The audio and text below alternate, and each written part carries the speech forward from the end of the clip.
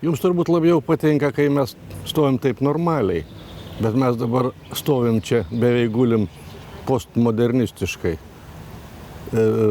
Todėl, kad dabar yra siužetas apie ką? Postmodernizmą ir modernų šokį. Apie modernų šokį. Ką jūs suprantate apie modernų šokį? Viskas yra modernus šokis. Nu taip.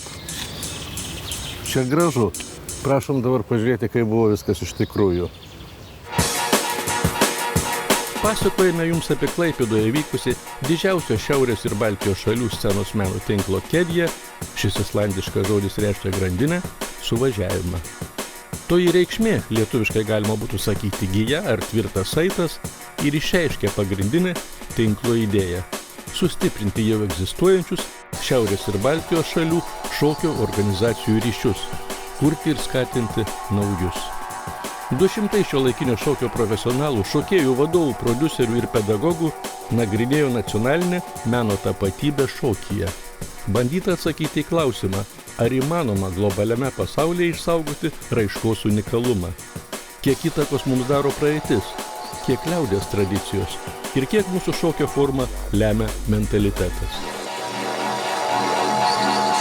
Tai visas suvažiavimas yra apie tapatybę kultūroje ir šokyje. Mums įdomu, kaip šiuolaikinis šokis gali save pristatyti globaliam pasaulyje. Ar mes turim išlaikyti tą nacionalinį tapatumą kultūroje, ar vis dėlto globaliam pasaulyje turim prisiderinti prie globalių tendencijų. Tai visa konferencija yra skirta būtent šitai diskusijai, kiek mes turime išlikti savimi ir kiek mes turime atitikti pasaulio poreikius. Viena aišku, kad šiuolaikiniai visuomeniai turbūt jau nebėra to lokalaus identiteto, yra tokie nomadai, keliautojai, menininkai, kurie keliauja iš vieno regiono į kitą ir turbūt savo tapatybę neša jau į kitas šalis. Meninė programa buvo sudaryta iš 2 dalių. Tai Baltijos burbulas, tai Lietuva, Latvija, Estija pristatė savo spektaklius ir buvo įvairių spektaklių netradicinėse erdvėse. Suomiai pristatė spektaklį Fox, Lapės, tiesiog miesto gatvėse.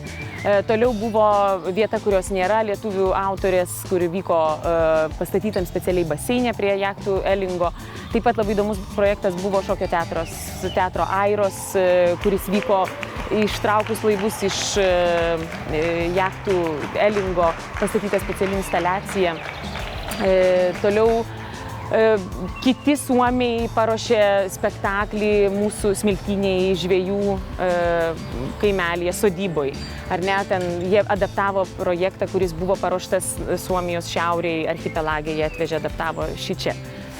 Toliau Islandės 2 rodė projektą Studlende, tiesiog šalia Svedbanko ant laiptų, kur visiškai atrodo nederanti aplinka.